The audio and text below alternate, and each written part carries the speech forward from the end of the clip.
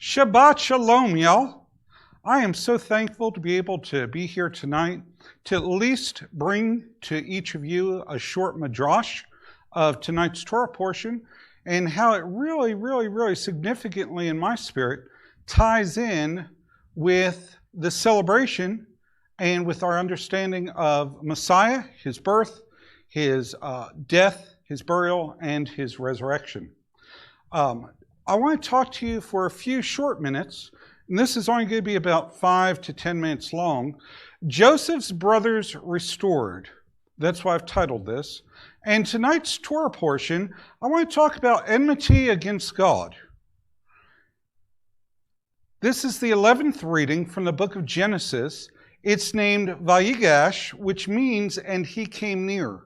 The title comes from the first verse of the reading, which says, Then Judah came near him.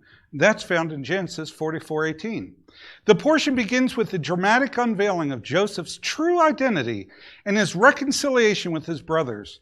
It then proceeds to tell the story of the migration of Jacob's family to Egypt and the rest of the famine years. This Torah portion begins to set the stage for the Egyptian captivity of the sons of Jacob.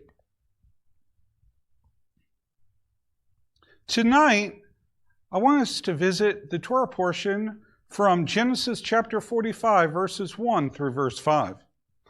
Then Joseph could not restrain himself before all those who stood by him, and he cried out, Make everyone go out from me. So no one stood with him while Joseph made himself known to his brothers. He wept aloud, and the Egyptians in the house of Pharaoh heard it. Now remember, his brothers had lost track of him since they sold him to the Midianites. For all they knew, he had died or some tragedy had happened to him worse than what they had done to him. And I'm sure that had eaten away at their conscience. I hope it would have all of those years. And now they're confronted with this prince of Egypt who they realize for the first time that it is Joseph. It says he made himself known to his brothers. I want you to know tonight that there is coming a day, there is coming a time, there is coming an hour when Jesus, Yeshua of Nazareth, will make himself known once again to his brethren, to the Jewish people and to the nation of Israel, that he is indeed the Lion of the tribe of Judah. He is from the seed of the house of David, a direct descendant of King David, and he, Yeshua, Jesus, is Lord and King of all kings and Lord of all lords. And when he returns to establish his kingdom and his house and his reign, it will be a reign that is everlasting. It will be a reign that is forever. And here in verse 2 it says, Joseph wept aloud, and the Egyptians and the house of Pharaoh heard it. Then Joseph said to his brothers, I am Joseph. Does my father still live? But his brothers could not answer him, for they were dismayed in his presence. And I'm reminded, as I read verse 3, and I'm reminded of the reaction of Joseph's brothers at the news that Joseph is alive. And not only is he alive, but he's in a position of direct authority over them.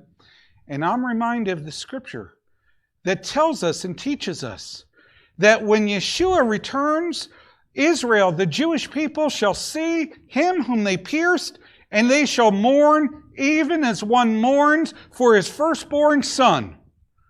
And they too will be very dismayed. But the Bible, the scripture, the word of God reminds us that all of Israel will one day be saved. In verse 4 it says, And Joseph said to his brothers, Please come near to me. So they came near. Then he said, I am Joseph, your brother, whom you sold into Egypt. Wow. Can't you just hear the words of Yeshua over the nation of Israel, saying, I am he whom you rejected and whom you turned away from, but I am your Messiah.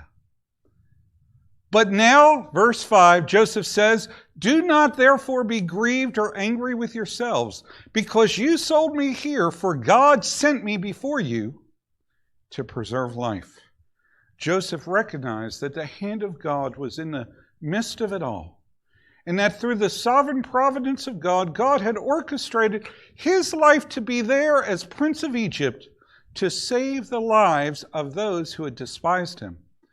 And again, I think of our Lord and of our Savior, Jesus, Yeshua, and I'm reminded that he sold and gave himself on the cross, on the stake, on Calvary, for us. That he went before us to preserve our life.